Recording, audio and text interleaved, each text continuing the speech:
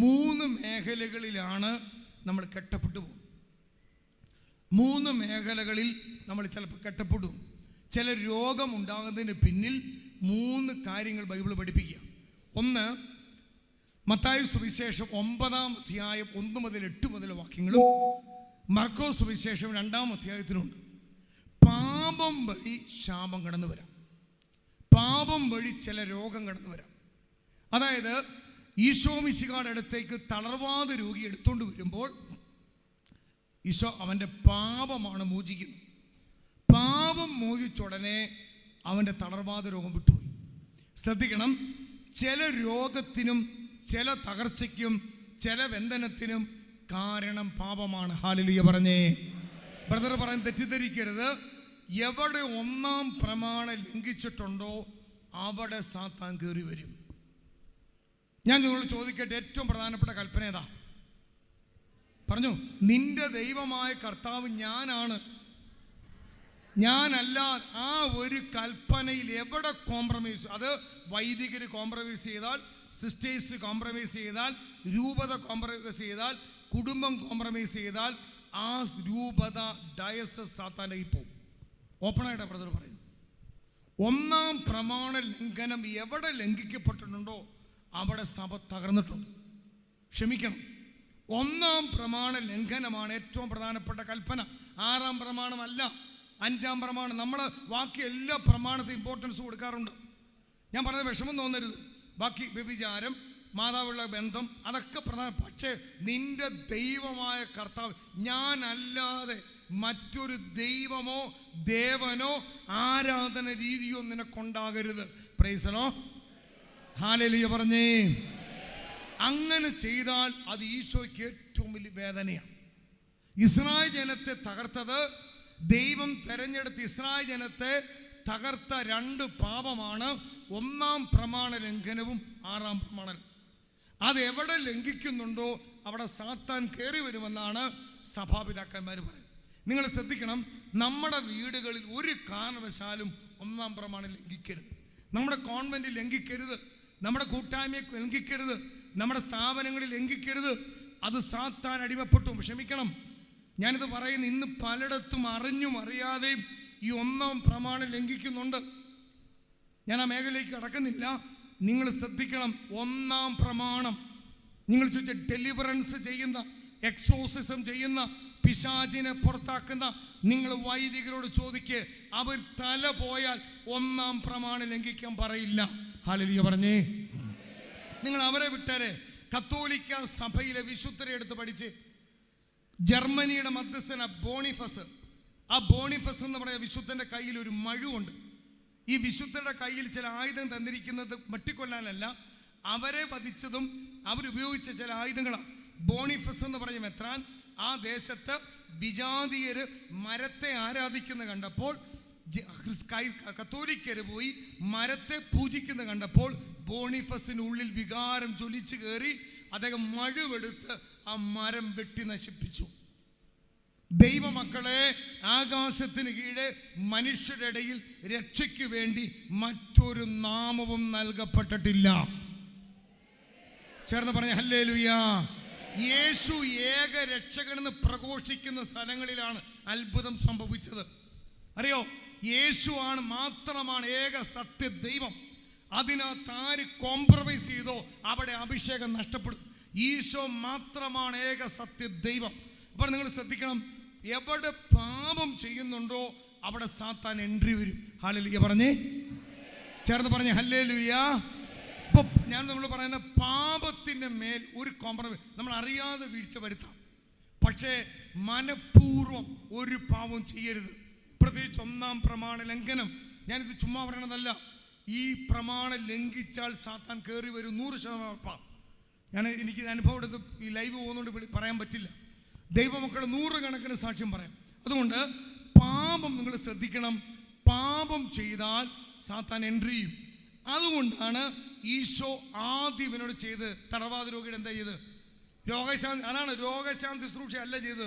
എന്താ ചെയ്ത് പറഞ്ഞു?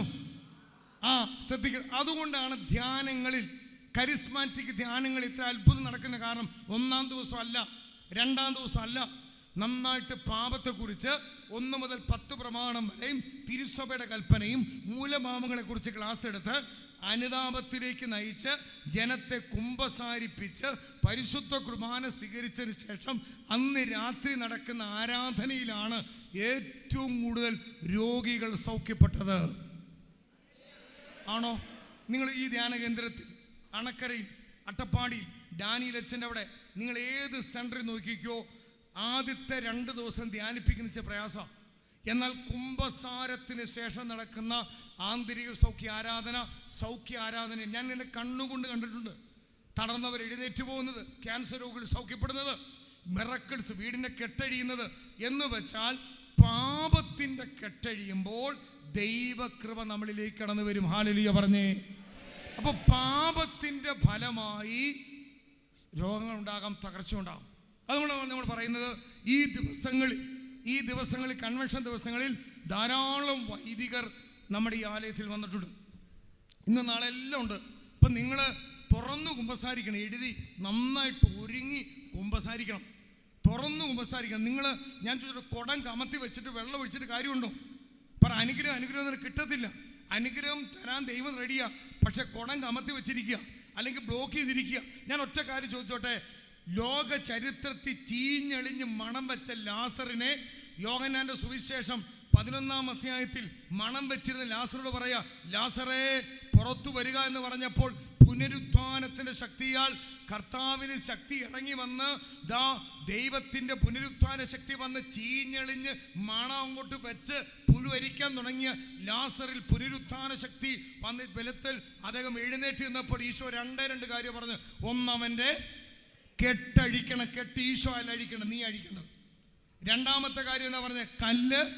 ഞാൻ നിങ്ങൾ ചോദിക്കട്ടെ, ഇവിടെ ഇരിക്കണ ഈ കാരിസ് പവൻ കൺവെൻഷൻ ഓൺലൈനിലും യൂട്യൂബിലും അല്ലാതെയും ഈ കൺവെൻഷൻ കിടിക്കുന്ന ആയിരക്കണക്കിന് ആൾക്കാരെ ചോദിക്കട്ടെ, ഈശോയ്ക്ക് മരിച്ച ലാസറിനെ ഉയർപ്പിക്കാൻ കഴിവുള്ള ദൈവപുത്രന് നിങ്ങളുടെ പ്രശ്നത്തിന് പരിഹാരം, നിങ്ങളുടെ പ്രശ്നത്തിന് കെട്ടഴിക്കുക, അല്ലെങ്കിൽ അതിൻ്റെ മേൽ ദൈവം ഇടപെടാം. പക്ഷേ ആ കർത്താവ് പറഞ്ഞ ഒറ്റ കാര്യമാണ്, നിന്റെ കെട്ട് ഹല്ലേലൂയ. ആ കെട്ടഴിക്കുന്ന പരിപാടി ആരാ? നമ്മുടെയാ. ഹല്ലേലൂയ പറഞ്ഞേ. അപ്പൊ ദൈവം റെഡിയാ. പാപത്തിന്റെ കെട്ടിരിക്കുമ്പോൾ ദൈവാനുഗ്രഹം വരില്ല. ഹല്ലേലൂയ പറഞ്ഞേ.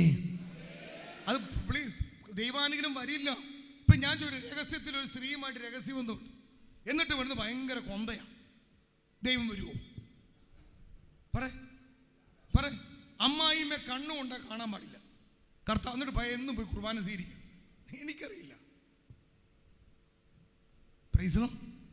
ഈ കെട്ടഴി ഞാൻ പറഞ്ഞാൽ ആരെയും കളിപ്പിക്കാൻ പറ്റും.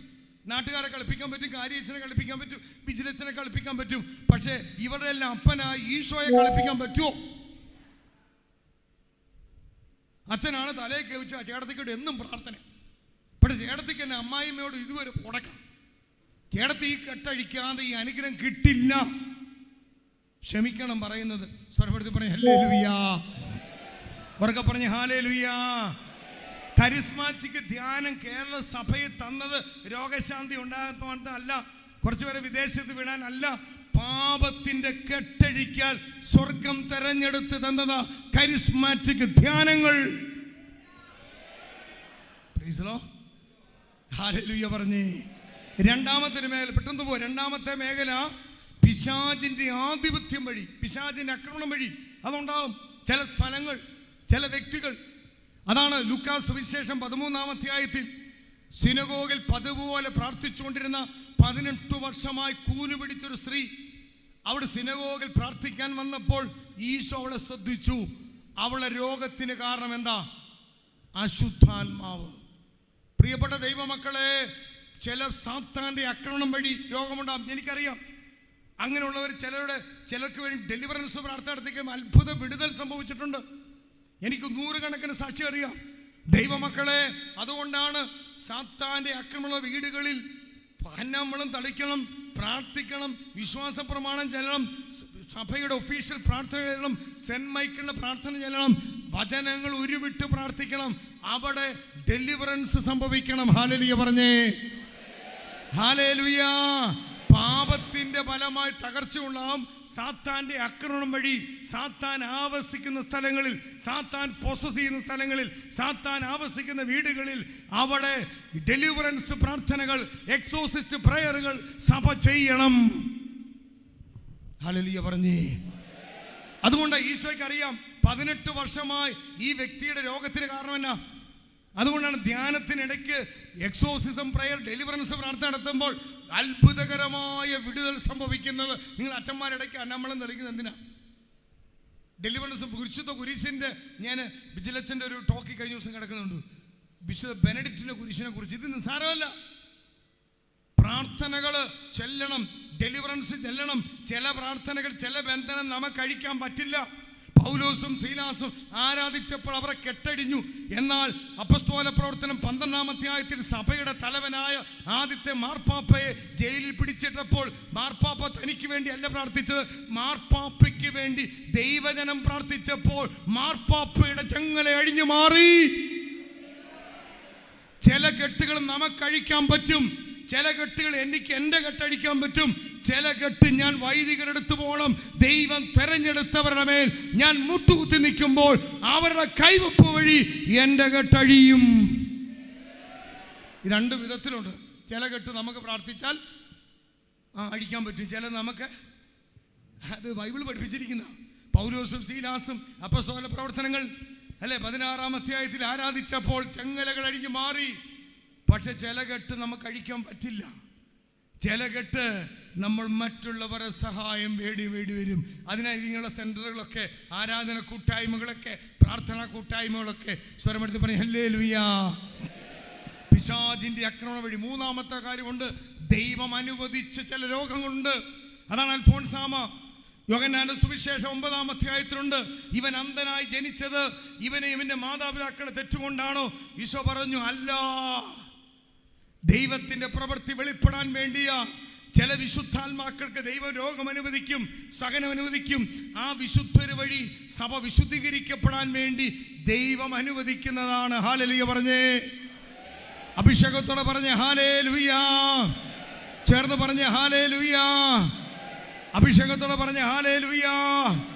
പ്രിയപ്പെട്ട ദൈവമക്കളെ, നമ്മുടെ ജീവിതത്തിൽ ദൈവകൃപയ്ക്ക് തടസ്സമായി നിൽക്കുന്ന സകല പാപച്ചങ്ങലകളും അഴിച്ചു മാറ്റണം. ദൈവമേ, അങ്ങേ വേദനിപ്പിക്കാൻ എന്നെ അനുവദിക്കരുത്.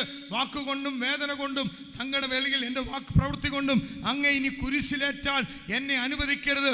പകരം അസീസിലെ ഫ്രാൻസിസ് താങ്ങിയതുപോലെ, അൽഫോൻസാമ താങ്ങിയതുപോലെ, വിശുദ്ധര് താങ്ങിയതുപോലെ, വേറോനിക്ക തിരുമുഖം തുടച്ചതുപോലെ ഈ കാലഘട്ടത്തിൽ പാപം ചെയ്യാതെ പരിഹാരം ചെയ്ത് പാപികൾക്ക് വേണ്ടി പ്രാർത്ഥിച്ച്, സഭയ്ക്ക് വേണ്ടി പ്രാർത്ഥിച്ച്, മാരകപാപികൾക്ക് വേണ്ടി പ്രാർത്ഥിച്ച്, നിത്യാരാധന ചാപ്പലിരുന്ന് മുട്ടിന്മേൽ നിന്ന് പരിഹാരം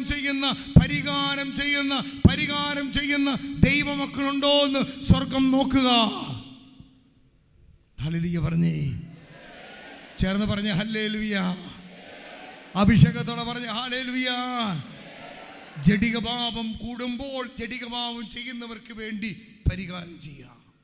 മദ്യപാനം കൂടുമ്പോൾ മദ്യപാനിപ്പിക്കുന്നവർക്ക് വേണ്ടി പരിഹാരം ചെയ്യുക. ചാപ്പലുകളിൽ പ്രാർത്ഥിക്കുക, ദൈവമേ ഞാൻ അവർക്ക് വേണ്ടി കരയുന്നു, അബോർഷന് വേണ്ടി കരയുന്നു. അങ്ങനെ പ്രാർത്ഥിക്കുന്ന ദൈവമക്കളുണ്ടോ എന്ന് കർത്താവ് ഉറ്റു നോക്കുക. ഈശോയുടെ പ്രിയപ്പെട്ട മക്കളെ, ഭൗതിക അനുഗ്രഹം മാത്രമല്ല ദൈവാനുഗ്രഹം. അത് സ്വർഗത്തിൽ പോകാൻ ഭൗതിക അനുഗ്രഹം കൊണ്ട് പോകില്ല.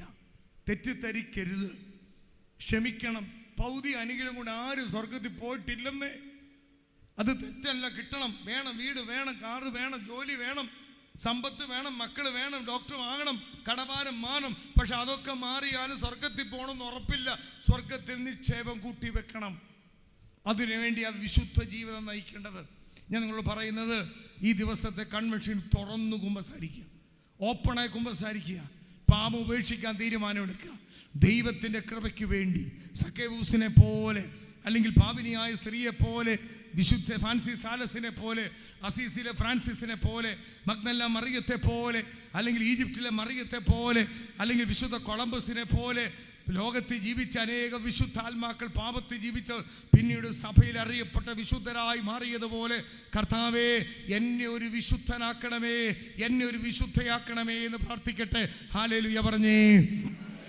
വിശുദ്ധ കൊച്ചു ത്രേസ്യ പുണ്യം എന്ന് പറഞ്ഞൊരു ഡയലോഗുണ്ട്. എന്നെ ഒത്തിരി ഇഷ്ടപ്പെട്ട ഒരു ഡയലോഗാണ്. വിശുദ്ധ കൊച്ചു ത്രേസ്യ പുണ്യവതി ഇടയ്ക്കിടയ്ക്ക് ഓടിപ്പോയി ചാപ്പലി കൊച്ചിലിരിക്കും. കൊച്ചിലെ പടത്തിൽ ചെയ്യുന്നതിന് മുമ്പ് ചാപ്പലിൽ പോയിരിക്കും. അപ്പോൾ ആൾക്കാർ ചോദിക്കുക, എന്തിനാ കൊച്ചു ത്രേസ്യ ലിറ്റിൽ ഫ്ലവറെ നീ ഇടയ്ക്കിടയ്ക്ക് ചാപ്പലിൽ പോകുന്നത്? അവൾ പറഞ്ഞൊരൊറ്റ വാക്കുണ്ട്, ആ ചാപ്പലിൽ ഉണ്ണീശോ ഒറ്റയ്ക്കാ. ഉണ്ണീശോ ഒറ്റയ്ക്കാ. ഉണ്ണീശോയെ ആശ്വസിപ്പിക്കാൻ ആളുണ്ടോ? ഉണ്ണീശോയെ ആശ്വസിപ്പിക്കാൻ ആളുണ്ടോ? പാപം മൂലം ലോകം നശിക്കുമ്പോൾ ആ ഉണ്ണീശോയെ സക്രാരിയെടുത്ത് ആശ്വസിപ്പിക്കുന്ന സിസ്റ്റേഴ്സ് ഉണ്ടോ? വൈദികരുണ്ടോ? അൽമായരുണ്ടോ? ചെറുപ്പക്കാരുണ്ടോ എന്ന് പരിശുദ്ധി അമ്മ ഉറ്റുനോക്കുന്നു. കൃപ എന്ന് പറഞ്ഞാൽ എന്താ? മനുഷ്യൻ അതായത് മനുഷ്യനിൽ ദൈവത്തിൻ്റെ പ്രവൃത്തി വെളിപ്പെടുന്നതിന് കൃപ എന്ന് പറയും. ഹല്ലേലൂയ പറഞ്ഞേ. ചേർന്ന് പറഞ്ഞ്, ക്ഷമിക്കുക എന്ന് പറഞ്ഞാൽ കൃപയാ. സഹിക്കുക എന്ന് പറഞ്ഞാൽ കൃപയാ. Price the Lord. സ്തെഫാനോസിൽ ലഭിച്ചത് കൃപയാ. എല്ലാവരും ജഡിക പാപത്തിൽ പോകുമ്പോൾ പ്രേമിക്കാതെ നിൽക്കുന്നത് കൃപയാ. മദ്യപിക്കാതെ നിൽക്കുന്ന കൃപയാ. പുകവലിക്കാതെ നിൽക്കുന്നത് കൃപയാ. അശുദ്ധ വീഡിയോ കാണാതിരിക്കുന്ന കൃപയാ. ക്ഷമിക്കുന്നത് കൃപയാ. കുർബാനയുടെ മുമ്പിൽ പോയി മുട്ടുകുത്തുന്ന കൃപയാ. ബൈബിള് വായിക്കുന്ന കൃപയാ. വൈദികരെ സ്നേഹിക്കുന്ന കൃപയാ. ഈ കൃപയാണ് നമുക്ക് വേണ്ടത്. ഹല്ലേലൂയ പറഞ്ഞേ. ഹല്ലേലൂയ. കർത്താവിനോട് പറയണം, കർത്താവേ പാപത്തിന് മേൽ എനിക്കൊരു കൃപ തരണം. പാപത്തിൻ്റെ മേലൊരു കൃപ തരണമേ എന്ന് ആഗ്രഹിക്കണം. ആഗ്രഹിച്ച കിട്ടുമോ? എഫെസസ് 3:20 പറയാ, നീ ചോദിക്കുന്നതിലും ആഗ്രഹിക്കുന്നതിനും അപ്പുറം ചെയ്തു തരാൻ കഴിവുള്ളവരാണ് പരിശുദ്ധാത്മാവ്.